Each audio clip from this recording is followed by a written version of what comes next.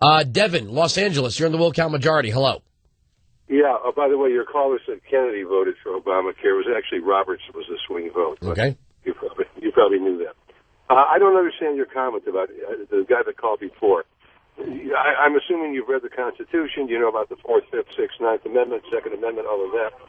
Do you understand, though, I'm sure you do, that oftentimes, if not frequently, the Constitution is interpreted through various case law by the Supreme Court? Where in Article 3 would the Supreme Court get the ability to reinterpret the Constitution that created that court?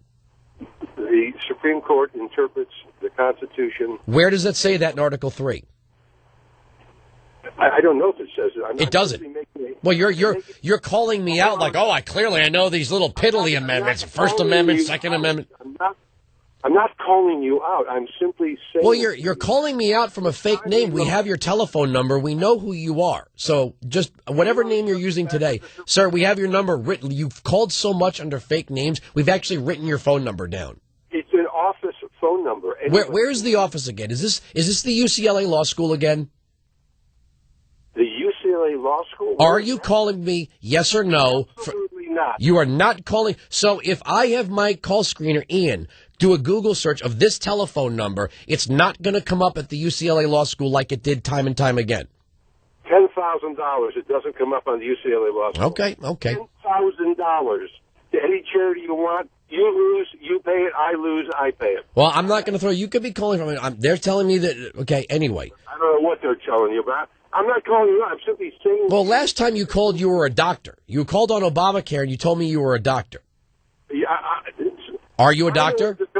Are you a doctor? I'm a lawyer. Oh, so you're a lawyer now. Okay. Last time you were a doctor.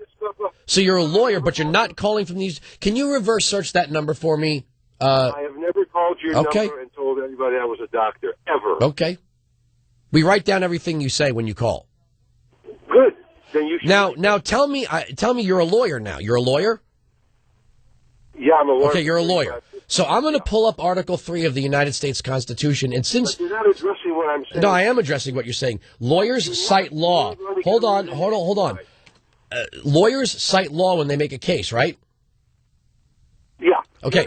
So you understand Miranda? I'm asking you. No, we're not getting off the topic here, sir. I'm asking you to cite for me in Article 3 of the United States Constitution, which is the law of the land, which creates the Supreme Court, where the Supreme Court would derive its interpretive powers from. You're a lawyer. I'm not debating the Constitution with you. I'm simply. Yes, you are. No, I'm not. Yeah, you are. I'm saying that the Supreme Court has no interpretive powers. You're saying they do. I'm not saying they do. You just said they did. I said they do it.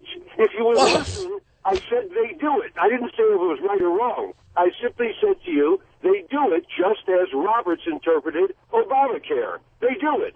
If you say the Supreme Court shouldn't do it because they're not empowered to do it by the Constitution, then well, doing something that's illegal when done by government doesn't make it legal. Was internment legal? Not in my opinion. Supreme Court upheld it, didn't they? Yeah. Well, are you suggesting Roberts did something illegal? Well, I don't think he was fully well aware because they said it was under the taxing power, but then they said it wasn't a tax. Okay. I'm simply pointing out to you the Supreme Court has, since the inception of the Supreme Court... That's not true. ...interpreted the Constitution. No, that's not true. What's not true? That since the inception was ratification of the Constitution. Okay. In the last 50 years, the Supreme Court interprets cases through the constitutional prism. Right. There's a difference between interpreting a law through the constitutional prism and reinterpreting the Constitution and creating new powers that don't exist. Well, what new powers did they create? To reinterpret the Constitution, as you just said, through fiat case law. You understand that the Bible is also a question. Okay, see, you lost the argument. You go to the Bible. Thanks for the call.